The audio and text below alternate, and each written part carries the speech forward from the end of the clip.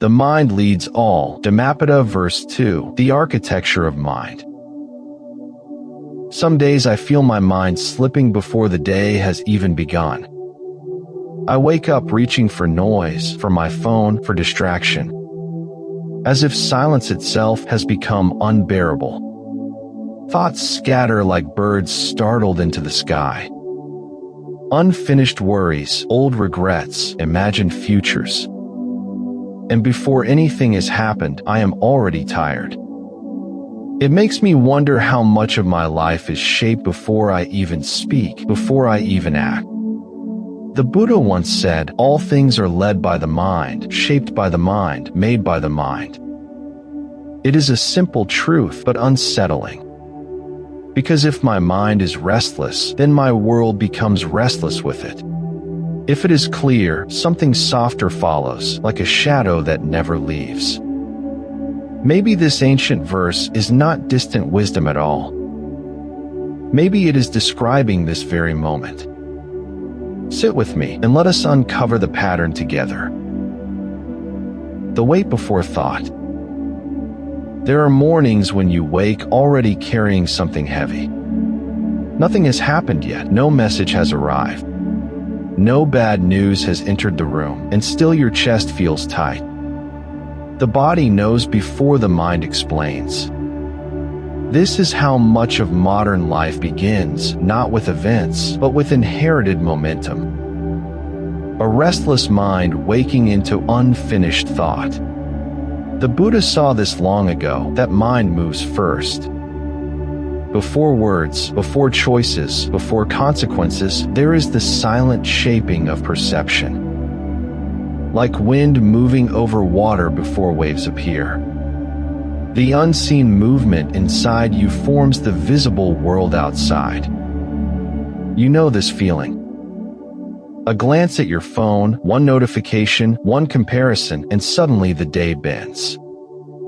What was neutral becomes sharp. What was peaceful becomes urgent. The mind paints the world in its own weather.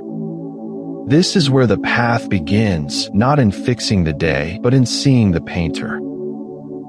Noticing the brush before the picture is complete. And in that noticing, something loosens. Not because the burden disappears, but because you begin to see where it was born. The house of holding. Matthakundali was born into a house of holding. A father so bound by fear of loss that even love became measured.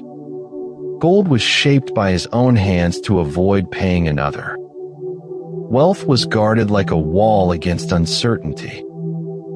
You may know this house, even if you have never lived in it. It appears in subtler forms now. The endless saving of time, the hoarding of attention, the guarding of image. The mind says, if I protect enough, I will finally feel safe. But safety built from contraction becomes a prison. Like a clenched fist trying to hold water, the tighter it closes, the less it keeps.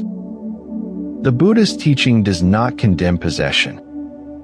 It points to the hidden fear beneath it. The mind grasps not because objects matter, but because uncertainty feels unbearable. And so you suffer not from what you own, but from the tension of defending it. The strain itself becomes the wound. Like a tree bending too hard against the wind, it is not the storm that breaks it, but resistance. The illness of delay. When Matthakundali became sick, help was delayed. Not because healing was impossible, but because hesitation was stronger than care. The father waited, bargaining with reality, until time slipped beyond reach. This is not only an old story, it is your story too. Not always with the body, but with the heart. You delay facing loneliness, delay speaking truth, delay grieving, delay resting. The modern mind is skilled at postponing what matters. It tells you there will be a better moment, a cleaner time, a safer opening. But life moves like a river. It does not pause while you negotiate. The Buddha often pointed to this, that suffering deepens in avoidance. Not because avoidance is evil, but because it stretches pain across time like a shadow in late afternoon. Think of a wound left uncovered in rain. It does not heal through delay, it gathers weight. The strange mercy of awareness is that it interrupts postponement. It says, this is here now. And in meeting it now, healing begins where delay once ruled. The Veranda of Exposure.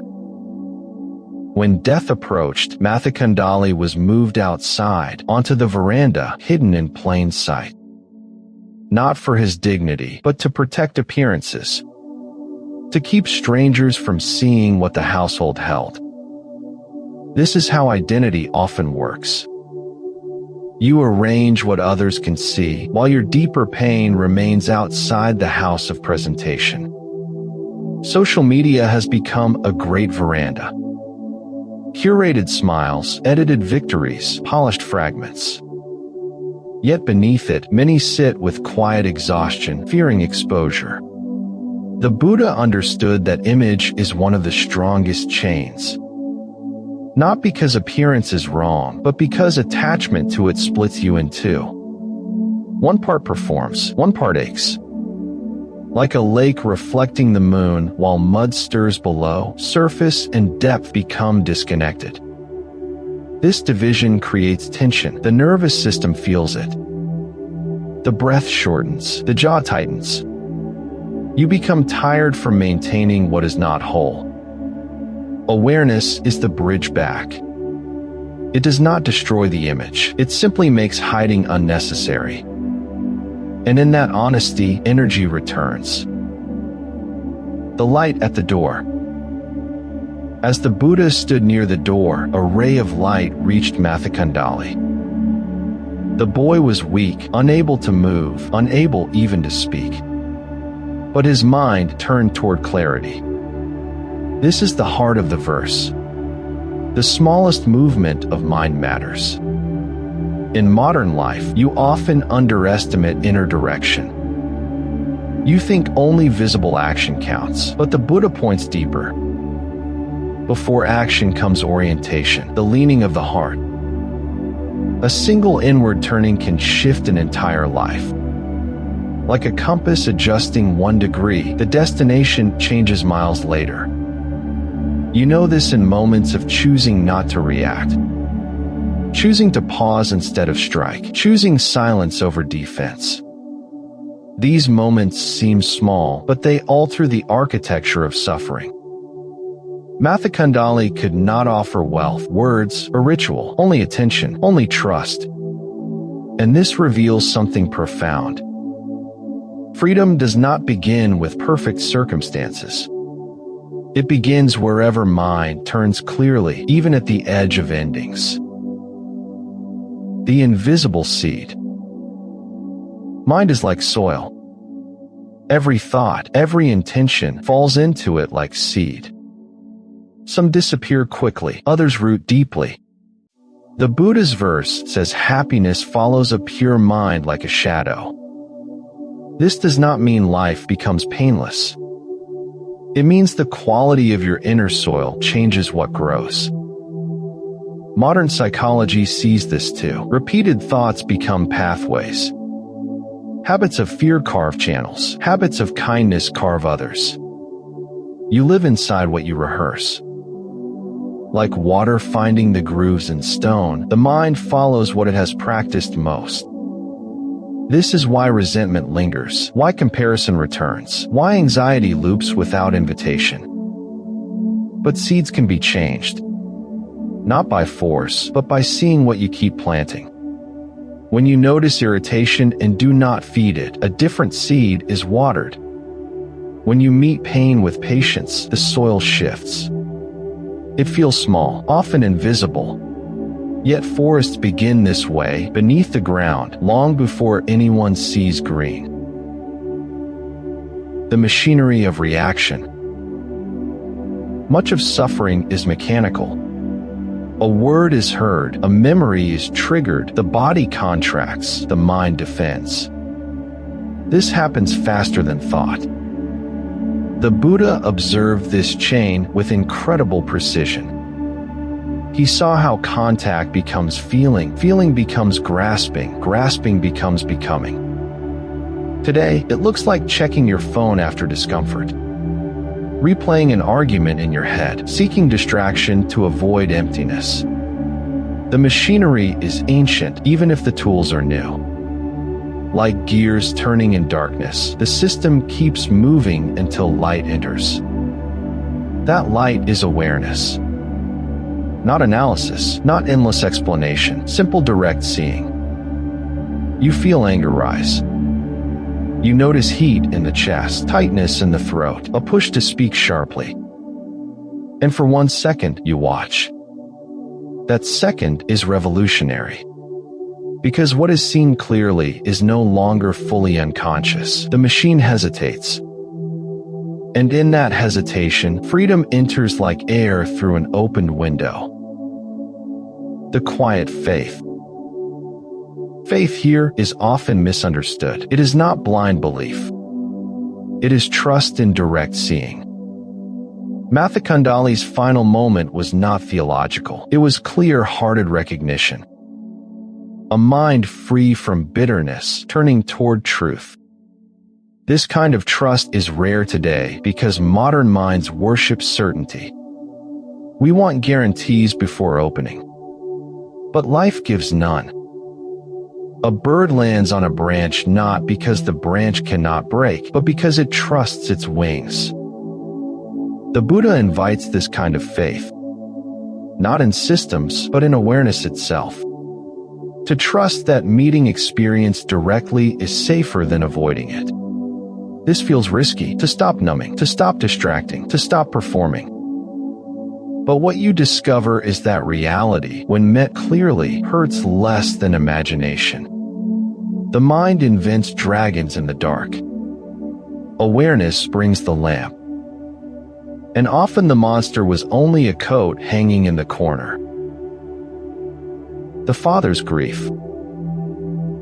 After Matthakundali died, the father grieved. Wealth could not shield him now. His guarded life stood exposed before loss. This is one of life's hardest truths. What you cling to cannot protect you from impermanence. The Buddha never spoke of this to depress the heart.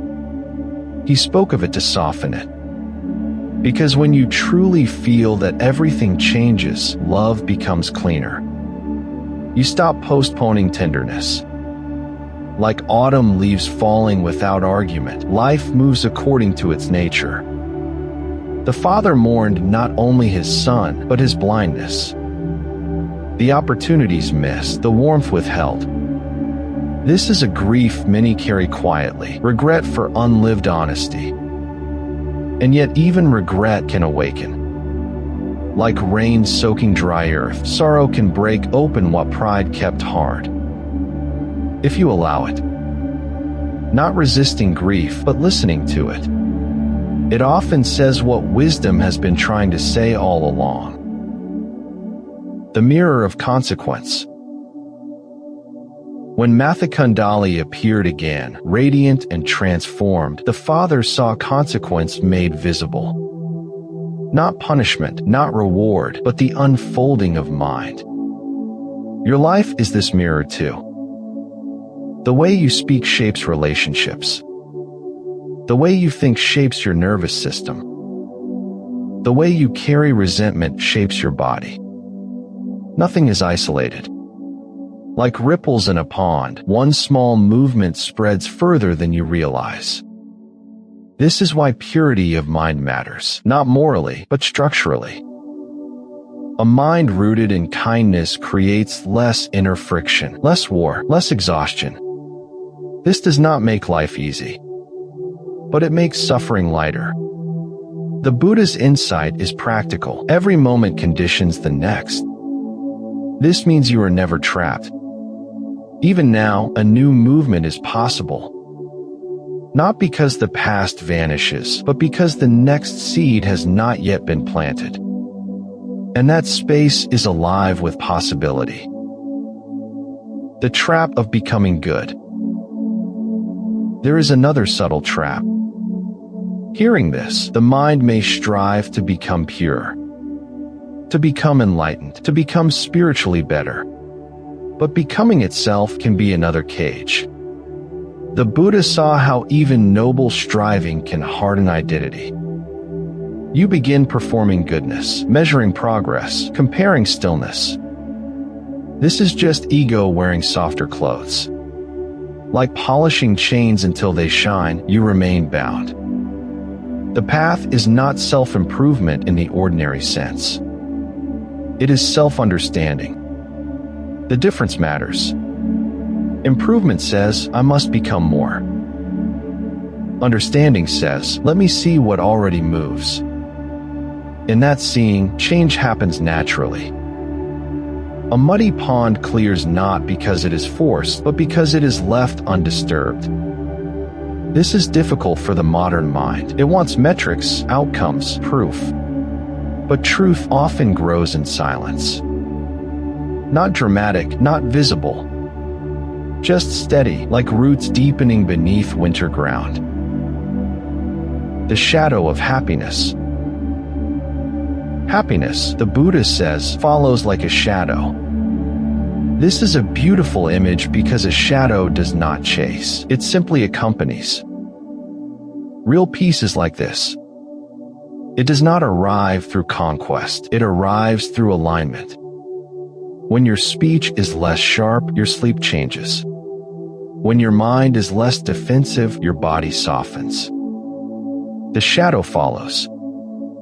Not because you earned it, but because certain conditions naturally create ease. This is forgotten in a world obsessed with stimulation. People chase pleasure like waves, never noticing the ocean beneath. Pleasure rises and falls. Sukha, deeper contentment, remains. Like sitting under a tree on a hot day, nothing spectacular happens, yet relief is undeniable. This is the quiet happiness of a less burdened mind. It is not loud. It does not need witnesses. It stays close because it was never outside you. It was obscured by agitation and revealed by understanding. The daily turning. The Dharma is not far away. It appears in traffic, in arguments, in washing dishes, in waiting for replies. Each moment asks, where is your mind leaning? Toward grasping or release? Toward fear or openness? Like steering a boat with tiny adjustments, the direction matters more than the force. This is how transformation happens. Not in grand revelations, but repeated small turnings. A breath noticed before anger. A pause before judgment. A softening before defense. These are humble movements, but they reshape a life. You do not need monasteries for this, only sincerity. The Buddha's map is portable because mind is always present. Every room becomes a place of practice. Every frustration becomes a teacher. Every loss becomes a doorway. Not because suffering is desirable, but because it reveals where attachment hides. And once seen, the knot begins to loosen. The river without resistance. Eventually, you begin to notice something strange. Life still changes, pain still visits, people still leave. But the suffering around these things softens. Because resistance has lessened. The Buddha's wisdom is like a river. It does not fight the shape of the land, it moves with it. This is not passivity, it is intelligent surrender. The body breathes easier here. The mind stops arguing with weather. You stop asking why this happened to me and begin asking, what is this asking me to see? That question changes everything. Like bamboo bending in strong wind, flexibility becomes strength. What once broke you now teaches you. Not because you are invincible, but because you are less rigid. This is freedom in ordinary form. Not dramatic. Not supernatural. Just the absence of unnecessary struggle. And in that absence, life becomes clearer. The shadow that never leaves. In the end, Matthakundali's story is not about heaven or reward. It is about the astonishing power of one clear moment. A single mind turned toward truth. And from that turning, everything unfolded. This is your life too. Not fixed by the past, not trapped by habit. Always shaped by the quality of this moment. The Buddha's deepest gift is this seeing that freedom is not elsewhere. It begins where you are, in the breath you are taking now, in the tension you are willing to feel, in the thought you no longer need to believe. Like a shadow beside you in afternoon light, the consequences of clarity remain close. Not because life obeys you, but because you have stopped resisting its nature. And this is the quiet realization. That peace does not come when the world becomes manageable. It comes when the mind no longer needs it to be. Then happiness follows naturally, softly, faithfully, like a shadow that never leaves. This is Buddha Reflections, where philosophy, insight, and lived experience meet to explore mind, impermanence, and release. The conversation doesn't end here. Visit the quiz tab and share your score in the comments. Thanks for your time, it's been a delight. What should we explore next? Comment, share, and save your insight. Subscribe to Orbital Dharma and keep your thoughts bright.